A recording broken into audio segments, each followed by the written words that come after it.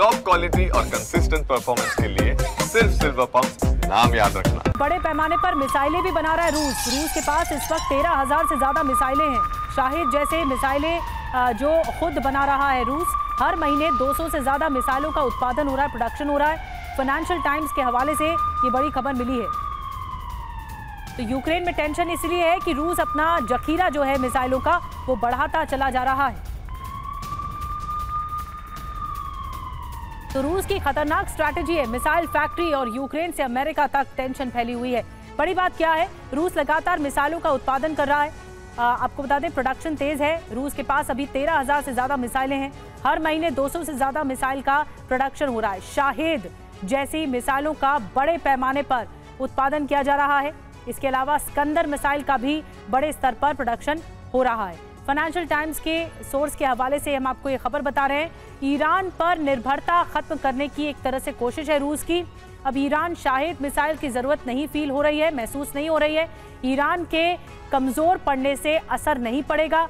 2024 में ईरान ने फतेह 360 मिसाइलें दी थी और रूस ने फतेह मिसाइल का ठीक से इस्तेमाल तक नहीं किया। रूस को फतेह मिसाइल की जरूरत ही नहीं पड़ी और ईरान पहले से ही उलझा हुआ है अपनी एक अलग लड़ाई में इजराइल के साथ। तो क्या वो रूस का साथ देगा? और रूस भी निर्भरता कम करने की कोशिश कर रहा है। मुकेश सर, ये भी बताते चलिए कि क्या नेटो इस जंग में कूद पाएगा? क्या वो स्ट्रैटेजी का हिस्सा होगा? क्या रूस एस्टोनिया के जरिए हमला कर पाएगा? क्या ऐसा है? आपको लगता है कि अब टारगेट पर एस्टोनिया होगा? और साथ ही ये जो जखीरा बढ़ा रहा है रूस, उस पर भी बताइए। 40 महीने के इस युद्ध में अगर कुछ बदलाव आए हैं तो अगर हम उनको समझे कि क्या बदलाव आए हैं तो हम आगे के भविष्य को आंक पाएंगे। इस 40 महीने में जब आप कहते हैं कि नेटो क्या युद्ध में कूदेगा, तब मुझे ये बताने में मुझे लगता है कि इस वे विश्लेषण है कि नेटो अब वो नेटो नहीं रहा जो 40 महीने पहले था। उसमें अमेरिका का ठोस साथ नेटो को था। नेटो का बड़ा मेंबर अमेरिका है, लेकिन अमेरिका हाथ खींच चुका है वो पुतिन की तरफ। ट्रंप जितना सॉफ्ट हो चुके हैं उसमें नेटो अब नेटो नहीं है, अब नेटो यूरोप बन गया है। और यूरोपीय देशों को ये लगता है कि अगर अमेरिका पुतिन के साथ सॉफ्ट हो गए हैं तो हमको अपना अस्तित्व बचाने का संकट है।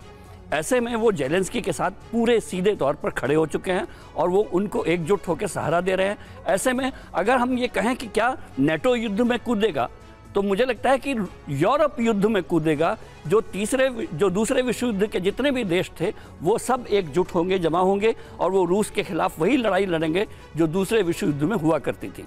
दूसरा बदलाव जो मुझे लगता है वो ये कि हम सबको लगता था और हम पैनल में कई लोगों को ये लगता था कि यूक्रेन एक अंडरडॉग है, वो रूस के साथ उतना मुकाबला नहीं कर पाएगा।